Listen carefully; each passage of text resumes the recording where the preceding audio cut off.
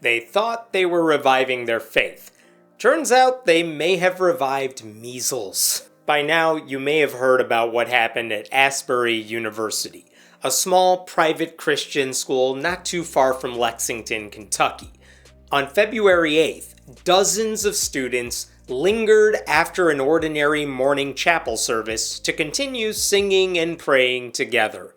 Other students soon joined in, and with the help of social media, because a lot of those students started saying something special is happening at Asbury, the whole thing just went viral within the Christian bubble.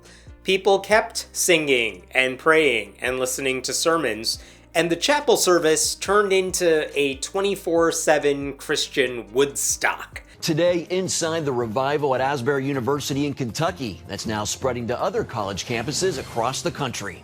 Many say the revival has deeply affected them, as one evangelist tells how the Lord told him this revival was coming years ago. 10 years ago, the Lord said to me, there's a move of God coming to Kentucky that will change the course of the land. It became something of a focal point for the kind of Christians who have long been awaiting another great awakening. Tens of thousands of them drove in to visit the usually quiet campus and join in. In that sense, it was definitely unusual. In another sense, I still have a hard time believing this is a big story. That's partly because everyone's calling it a revival, but nothing's really getting revived. It's just vived. Just about all the attendees are current Christians who got caught up in a spiritual fervor. It's the same mindless belief that the Spirit of God has overwhelmed you that thousands of churches can accomplish every week with the help of good lighting, good music, and someone constantly sending the message that you're special, but everyone else is going to hell.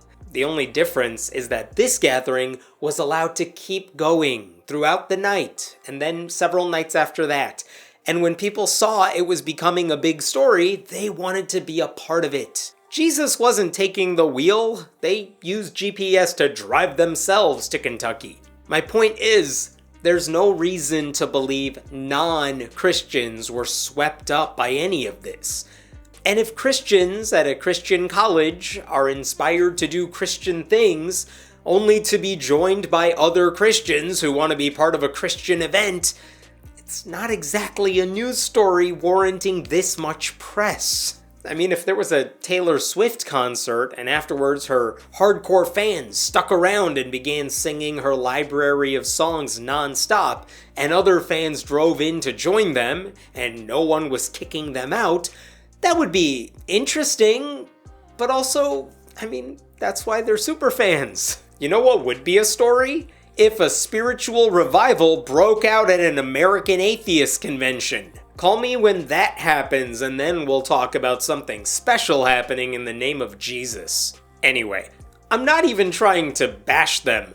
At least it was a peaceful gathering with people talking and singing about God, and it wasn't some specifically anti-abortion, anti-gay rally full of right-wing celebrities. This is one of those things that the rest of us can just safely ignore. Let them have their thing. If it makes them happy, great. It doesn't affect me one bit. Or does it?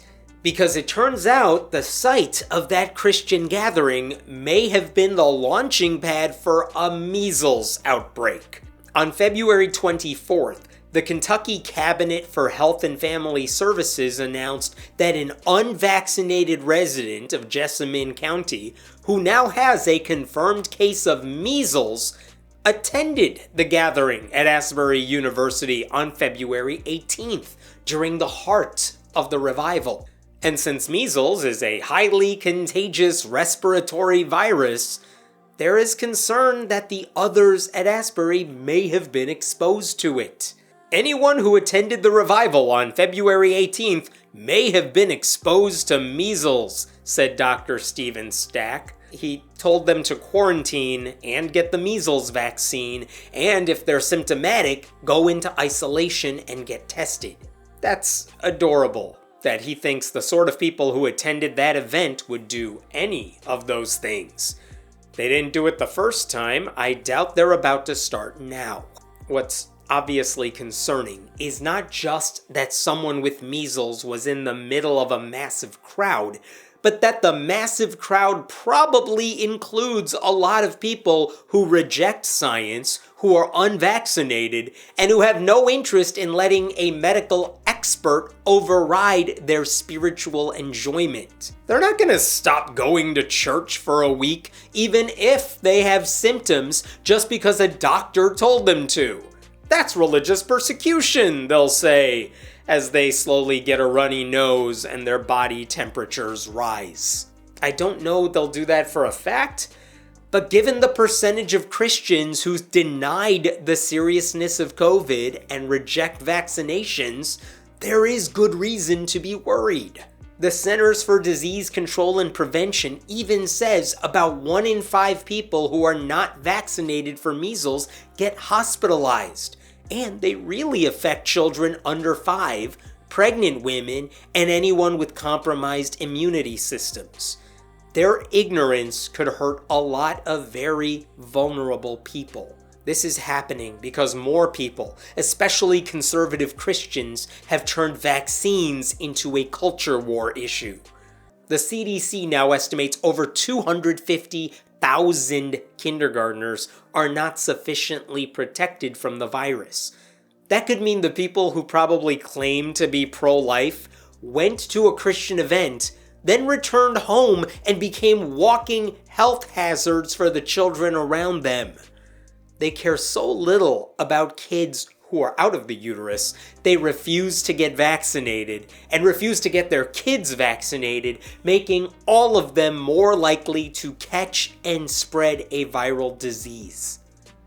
It would be quite a turn of events if this religious event that we are told inspired countless Christians across the country turned out to be ground zero for yet another epidemic.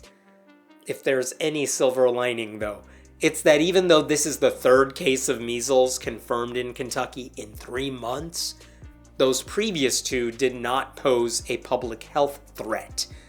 Still, those cases did not involve an unvaccinated person going to a Christian rave surrounded by thousands of other people, many of whom may not be vaccinated because they don't accept science and think vaccines are some liberal conspiracy.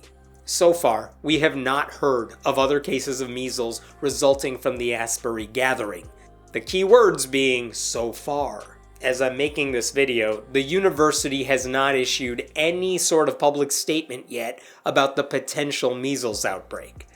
However, they recently ended the outpouring services while saying they would informally continue elsewhere. They did not specify the exact nature of what will be spreading.